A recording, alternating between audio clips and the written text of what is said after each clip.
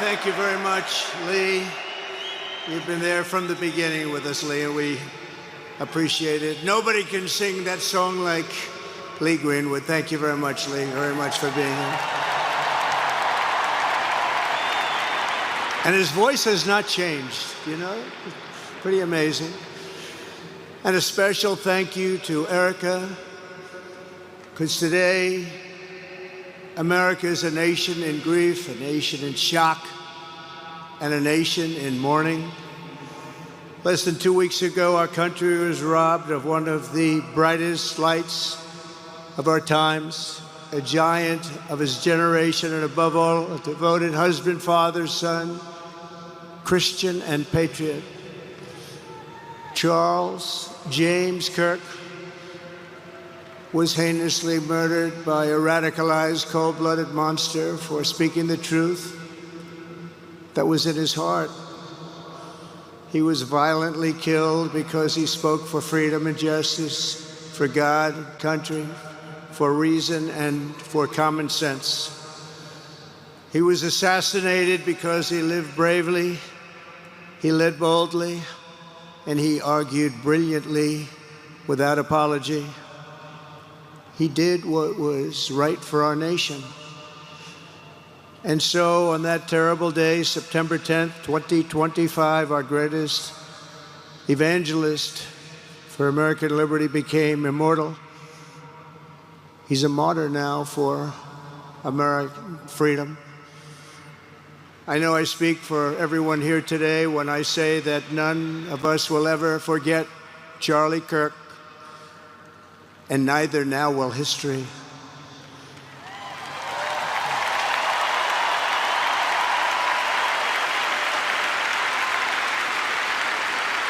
Because while Charlie has been reunited with his Creator in heaven, his voice on earth will echo through the generations, and his name will live forever in the eternal chronicle of America's greatest patriots. He will live forever. To Charlie's incredible and beautiful widow, Erika, we know the weight of this monumental loss is almost unbearable. But even in the midst of heartache and pain too great to even fathom, you have somehow found the strength and deep faith to be a comfort to millions and millions of people. And thank you very much, Erika. Thank you very much.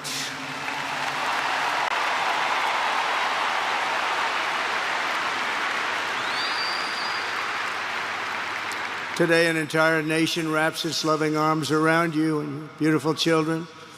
We share in your immense and overwhelming sorrow, and we vow that we will do everything we can to ensure that your children grow up in a land where their father is honored and revered as a great American hero. That's what he is.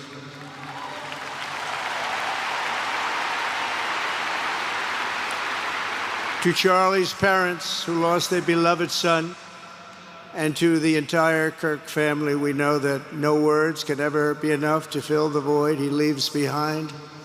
That's a void that just can't be filled. But I hope the extraordinary outpouring of emotion over these past 11 days has comforted you with the knowledge that your son brought more good and love into this world in his 31 short years than most people, even very, very successful people, can bring in a lifetime.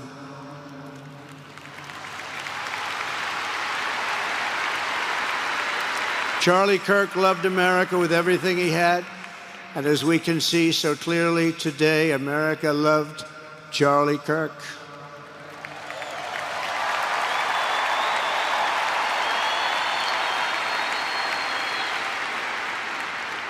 And he could always draw a big crowd. Look at this today. Look at what's gone on. This is a big crowd.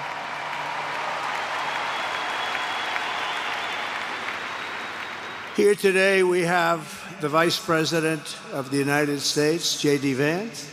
We have the Speaker of the U.S. House of Representatives, Mike Johnson.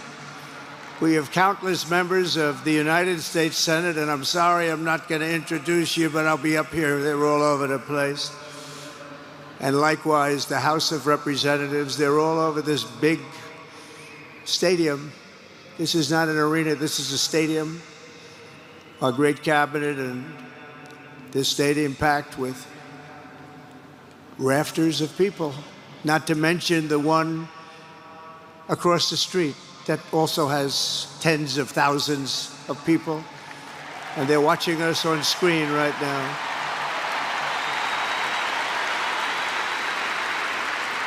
And I'm sorry we couldn't get you in. If anybody would like to give up your seat, please walk across the street. But this is like an old-time revival, isn't it? An old-time revival.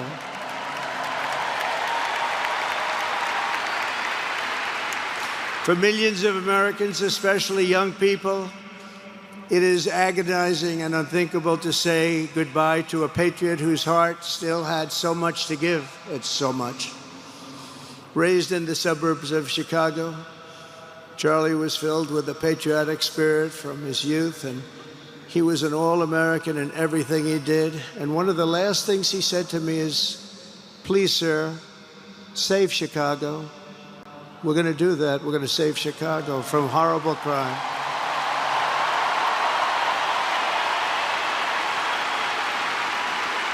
In high school, he was the quarterback of the football team and the captain of the basketball team. He was a good athlete. A lot of people don't know that about Charlie. He was an Eagle Scout who spent his school lunch breaks listening to another champion for liberty, somebody that he greatly admired, Rush Limbaugh.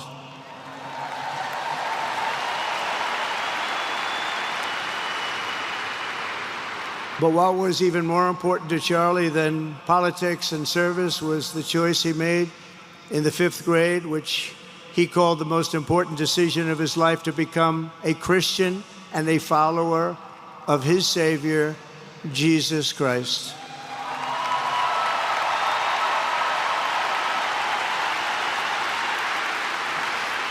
Inspired by faith and his love of freedom, Charlie did something remarkable when he was just 18 years old.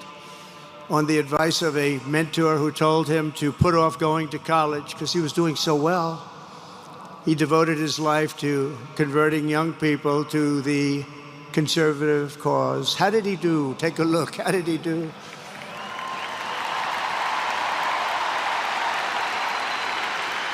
In 2012, 2 days after graduating high school, and with just $1,800 in his pocket, the young man from Illinois, who no one had ever heard of, started an organization whose grand ambitions were captured in its name, Turning Point USA. Great name.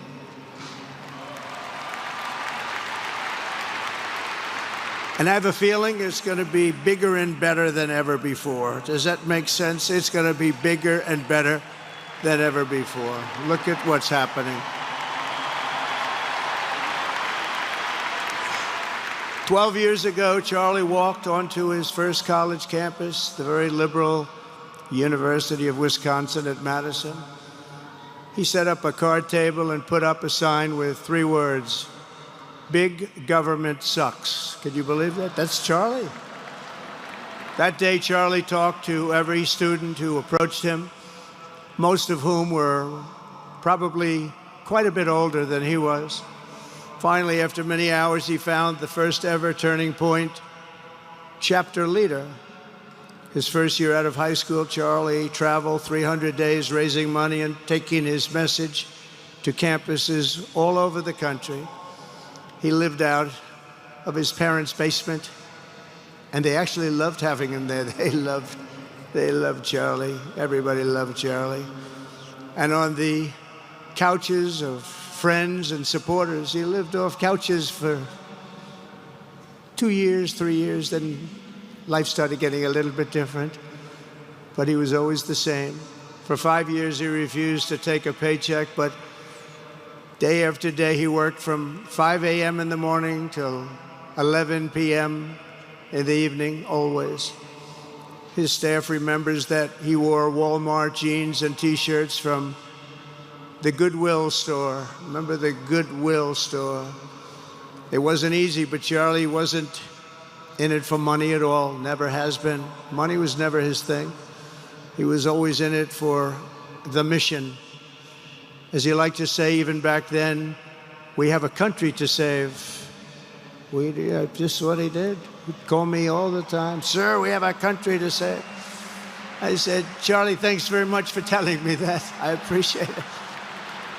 Charlie volunteered for my 2016 campaign and traveled the nation with my son, Don, and Erika.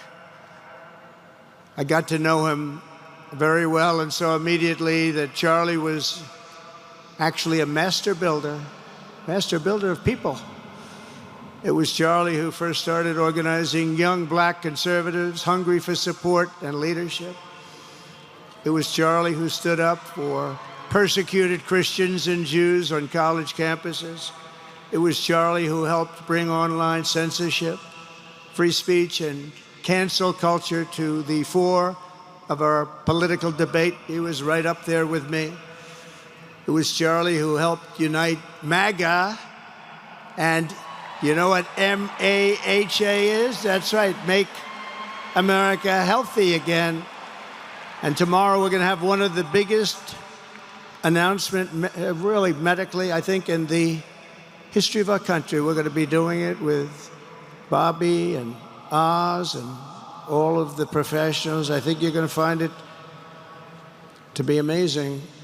I think we found an answer to autism. How about that? Autism. Tomorrow, we're going to be talking in the Oval Office in the White House about autism, how it happens, so we won't let it happen anymore, and how to get at least somewhat better when you have it, so that parents can help their child, their beautiful child. That's a big one. I've been bugging everybody over there, get the answer to that.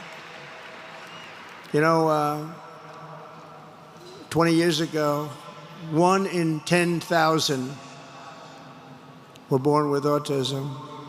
20 years ago. The most recent survey says 1 in 12. How bad is that? That's for young boys, baby boys, but also girls, a little bit better. It's about 1 in 20. But we can't, because obviously there was something really wrong, and we think we know what that is. It's going to be, I think it's going to be one of the most important news conferences I'll ever have, and I look so forward to it.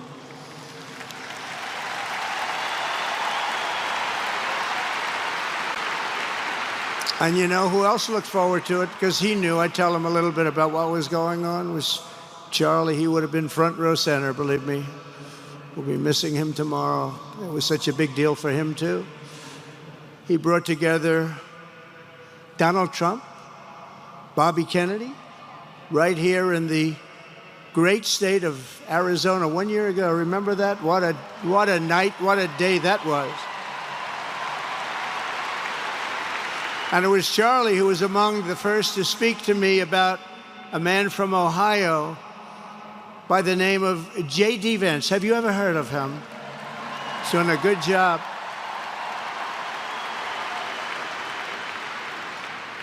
But Charlie would often call me, sometimes the night before a big event, the other side of the country. And he'd ask me, he'd say, do you think you could come and speak at the event? The following day, right? I'd say, Charlie, give me a break. I'm the President of the United States.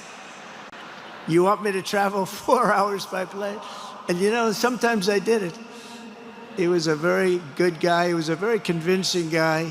He didn't stop, but he would ask for things like that. Sir, could you be tomorrow in California? I said, Charlie, give me a break, please. He just wouldn't stop. And he succeeded. But I almost always went because you never wanted to let Charlie down. He worked so hard. You just didn't want to let him down. I felt guilty. He'd make me feel very guilty. As president, many people asked me for things, but Charlie was one of the few who always gave more than he took. He was a giver, much more than a taker.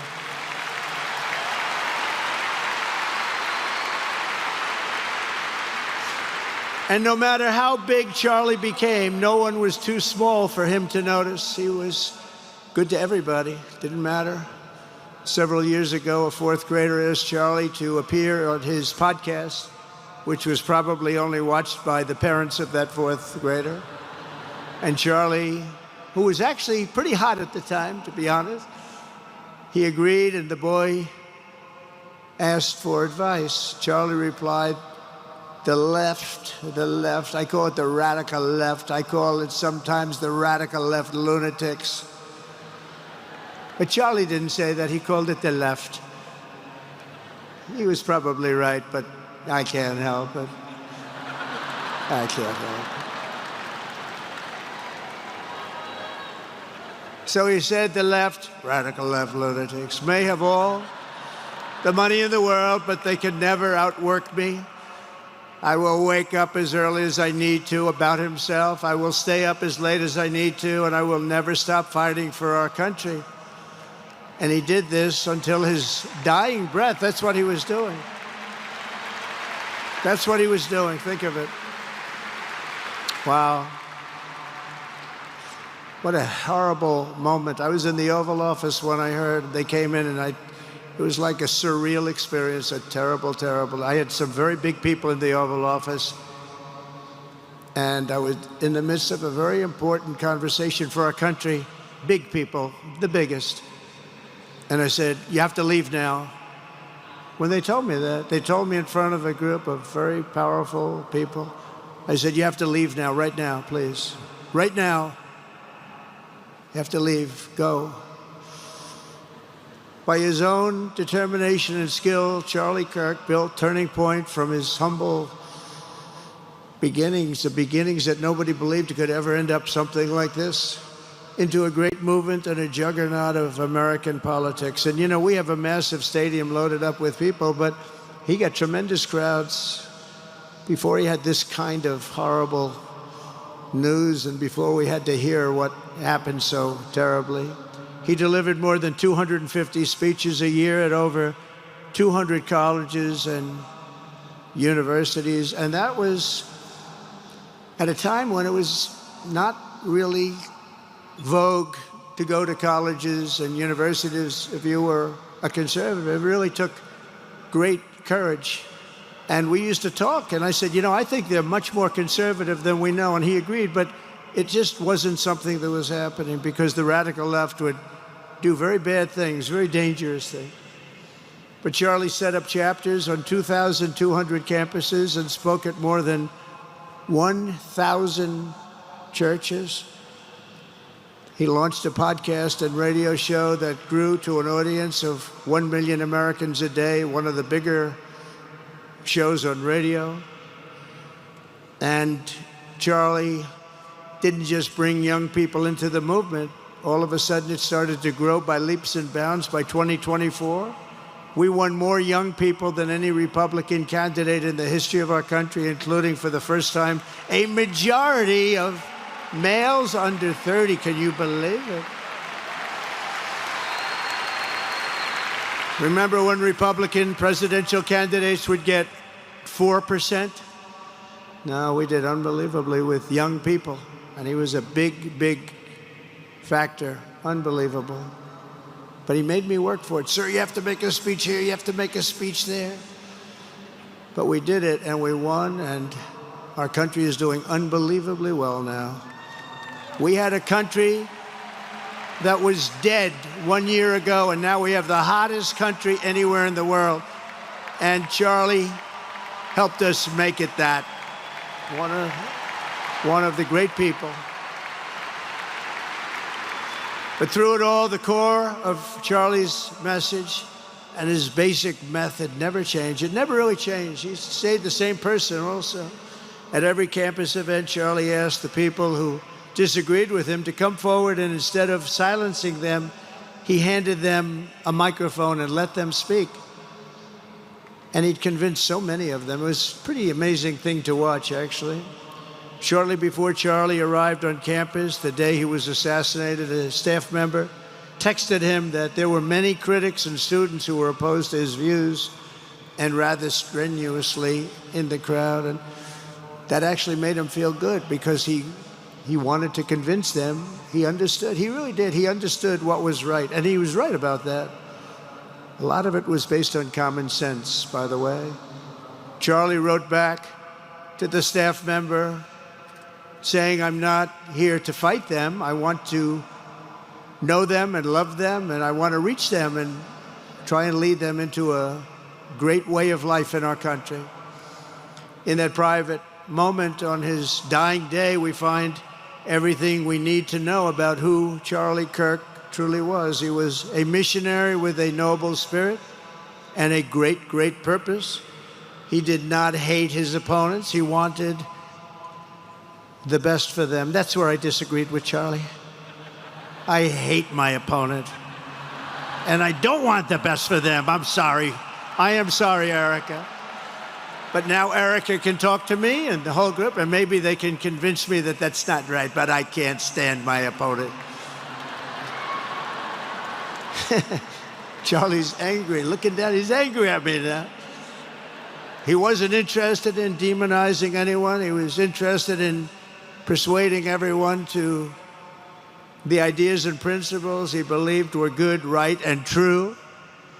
Before each appearance, he prayed these words: God, use me for your will. Always said the same thing: use me for your will.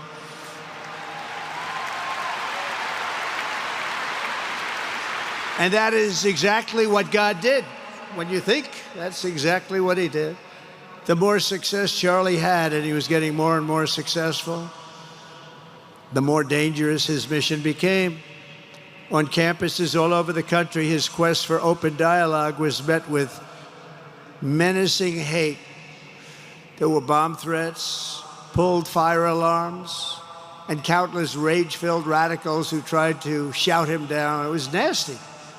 I used to say, Charlie, this is nasty stuff you're doing. At one event, police had to build barricades to protect students from an angry mob of thugs. Many of these people, by the way, are paid a lot of money to do this. They're agitators. They're paid agitators. Remember that. When you see they all have the same beautifully printed sign, every sign is identical, comes out of a top-level print shop.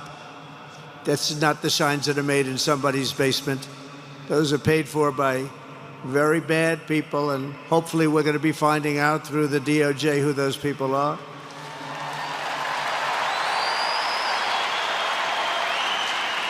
At another college, Antifa terrorists shattered windows, threw rocks, and tried to storm the building where Charlie was speaking.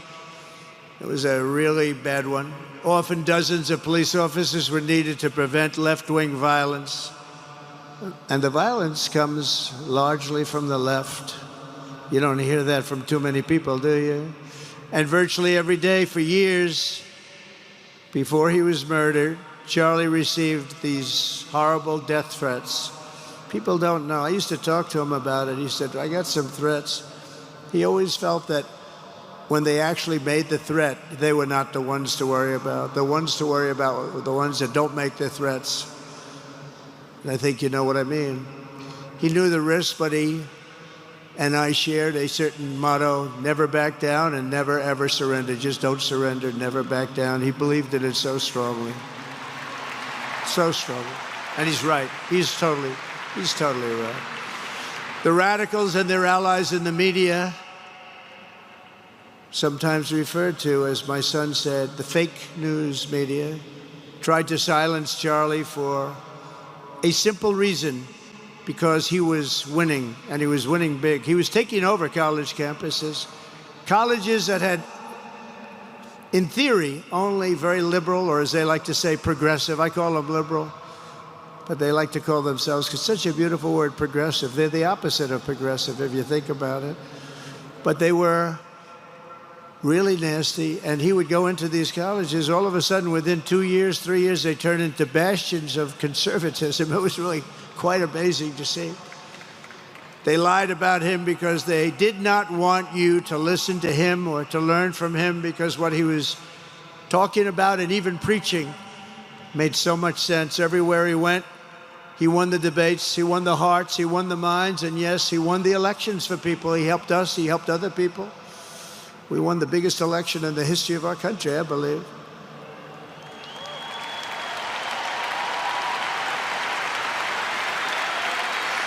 Charlie Kirk was without a doubt among the most influential figures in the most important election in the history of our country. The election of, oh, that beautiful day, November 5th, 2024. Do you remember that day? It was 9 months ago. What a day that was. I mean, we had a pretty good day in the first one. And I must tell you, on the second one, we had a phenomenal day. But a lot of bad things happened. And now that's not even questioned. They cheated like dogs, but we got them back, didn't we, huh? Got them back. But we owe Charlie a profound and eternal debt of gratitude now. Just like Charlie and Erika made Turning Point hot, we are looking at a country that has the chance to attain a level like never before. Tariffs are making us rich again, richer than anybody ever thought was possible. And the only one challenging them are people that hate our country or foreign countries that are paying a price, because they did the same thing to us for years. They took advantage of us, but we're making money. We're becoming richer and richer. And we're taking care of our people better and better when we do that. And we can take care of other countries better and better. But we're doing unbelievably well. The tariffs have really been a hold. The election was big, but the tariffs, because of the election, came in. And remember, other nations do that to us. And Charlie understood that. He saw the money. He saw what was coming into our country, and we can use that for Medicare, Medicaid, Social Security, all of these things that we fight so hard for. And that's exactly what's happening. The numbers are incredible. When the news finally came out on election night last November that the race was officially won, came out pretty early in the night. Charlie was live on camera. In that moment, he was overcome with emotion. I've never seen him like this. He was so happy. For a long while, he said nothing. His eyes were filled with tears, and then he buried his face in his hands and he started crying. That wasn't the Charlie I knew, but in thinking about it, it actually was the Charlie I knew, because he had a tremendous heart. He just wanted what was good for our country, and he saw us going in such a horrible direction. Lovingly, Eric, and this was so beautiful, Erika put a MAGA hat on to cover his bowed head. I like that very much. MAGA, we love. Does everybody love MAGA? Make America Great Again.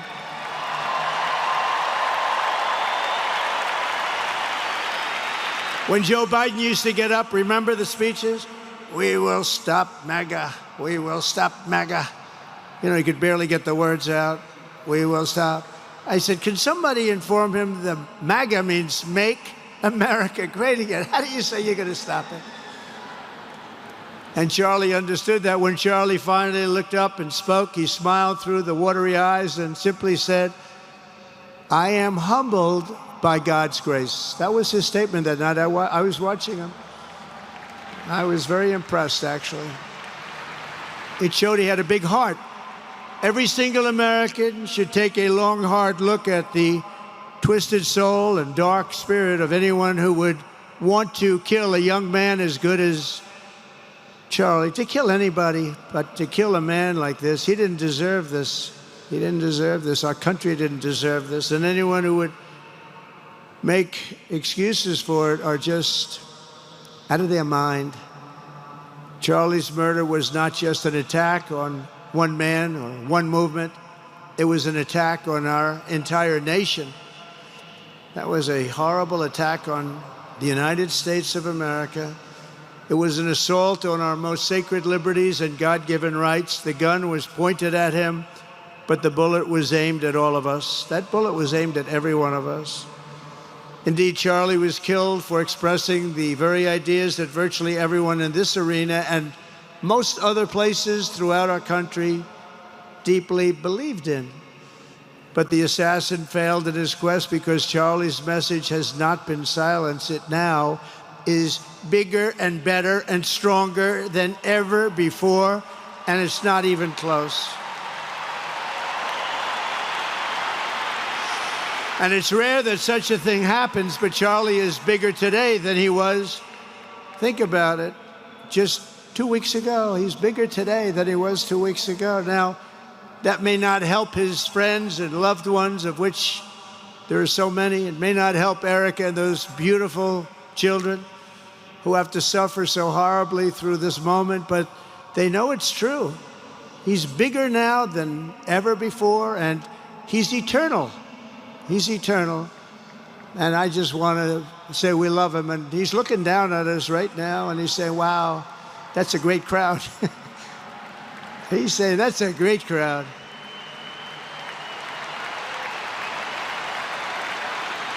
And it's a great crowd of patriots. But that's why I will soon award Charlie the nation's highest civilian honor, the Presidential Medal of Freedom. It's the highest civilian honor.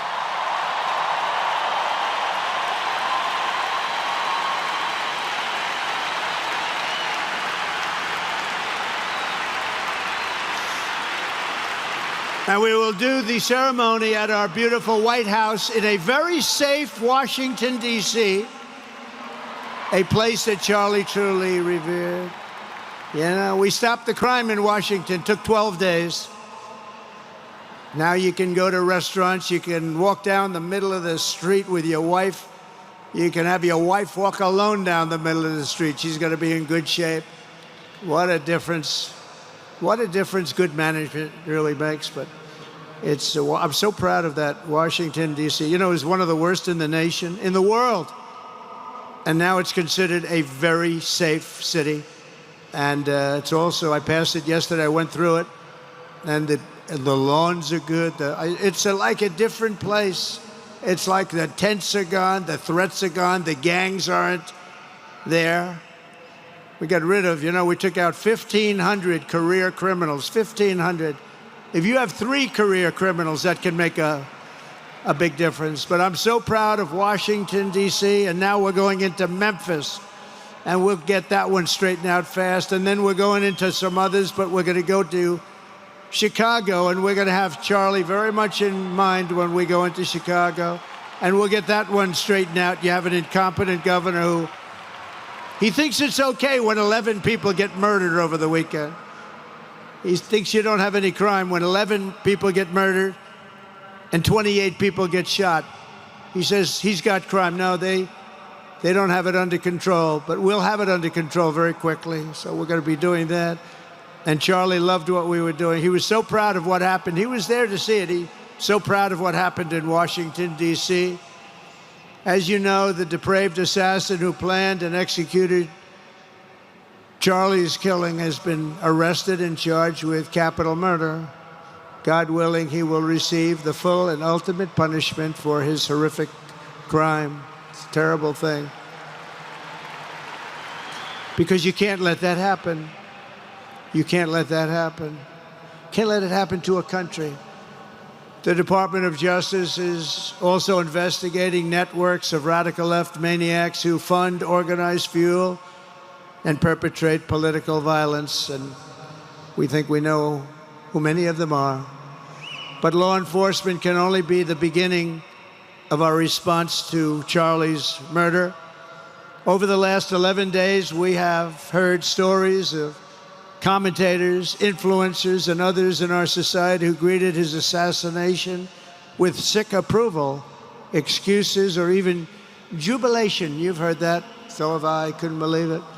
Some of the very same people who spent the last 8 years trying to sit in moral judgment of anyone who disagreed with them about politics suddenly started cheering for a murder. Incredible. You know the names. They're major losers, by the way. That will be proven out in a short period of time. Some of the very people who call you a hater for using the wrong pronoun were filled with glee at the killing of a father with 2 beautiful young children. And the same commentators who this week are screaming fascism over a canceled late-night TV show where the anchor had no talent and no ratings, last week were implying that Charlie Kirk deserved what happened to him. No side in American politics has a monopoly on disturbed or misguided people. But there's one part of our political community which believes they have a monopoly on truth, goodness, and virtue, and concludes they have also a monopoly on power, thought, and speech. Well, that's not happening anymore. We've turned that corner very quickly. Tragically, atrocities of this kind, and kind that we saw in Utah, of all places, are the eventual consequence of that kind of thinking.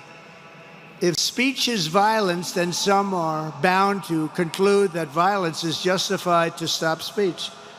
And we're not going to let that be justified. The tradition of reason and open debate that Charlie practiced is not a pillar of our democracy. In many ways, it's the basis of our entire society. It's the right and inheritance of every free American, the greatest legacy of the Enlightenment, and among the most treasured achievements of civilization.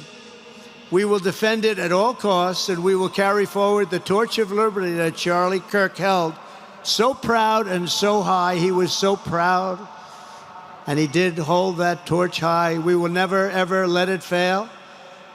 We will never let it fail. But we're going to raise it higher than ever before. It's going to be raised, and this is the beginning. Perhaps it should be no surprise that Charlie, who spent his life speaking with the critics of these traditions, ultimately became convinced that we needed not just a political realignment, but also a spiritual reawakening. We did. And we have to bring back religion to America, because without borders, law and order, and religion, you really don't have a country anymore. We want religion brought back to America. We want to bring God back into our beautiful USA like never before. We want God back.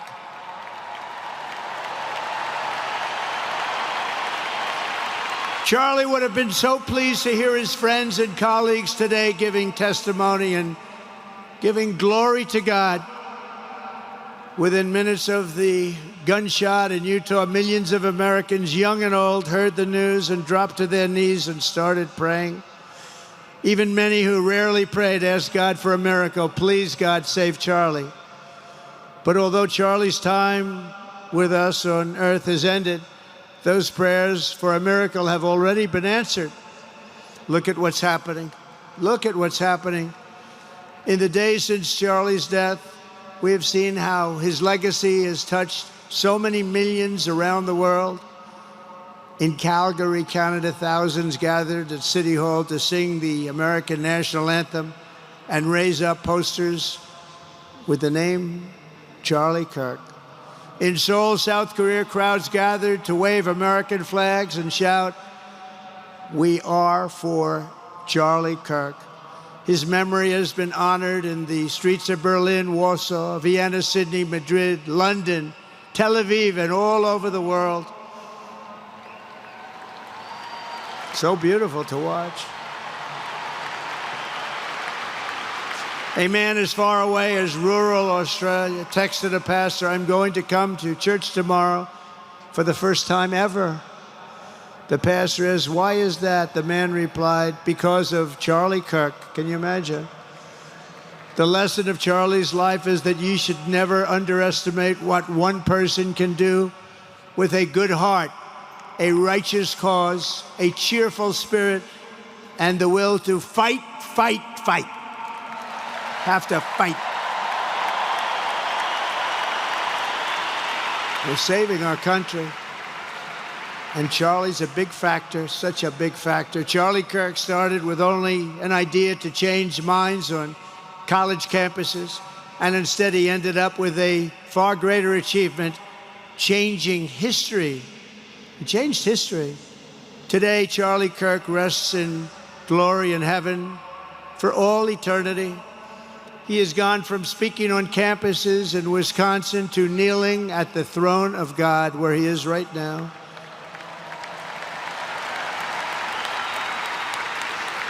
We grieve for the friend and leader that we have lost, but we go forward strengthened by his faith and bolstered by his courage and inspired by his example to defend the country he lived for the freedoms he died for, and the values in which he so deeply believed. He believed in values that we should all believe in. Charlie created something very special. It's called Turning Point USA. And under the leadership and love of Erika, it will become bigger and better and stronger than ever before.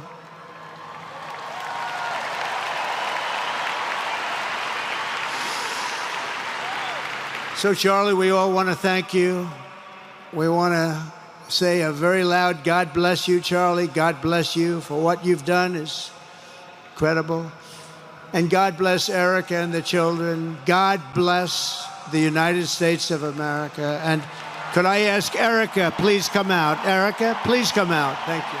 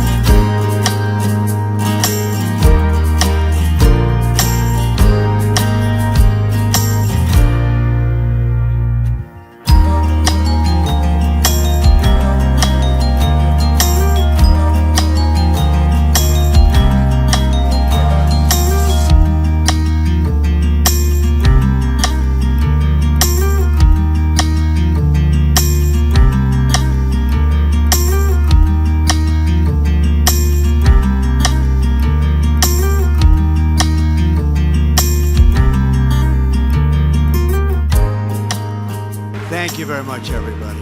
Thank you very much, and good luck. God be with you. Thank you.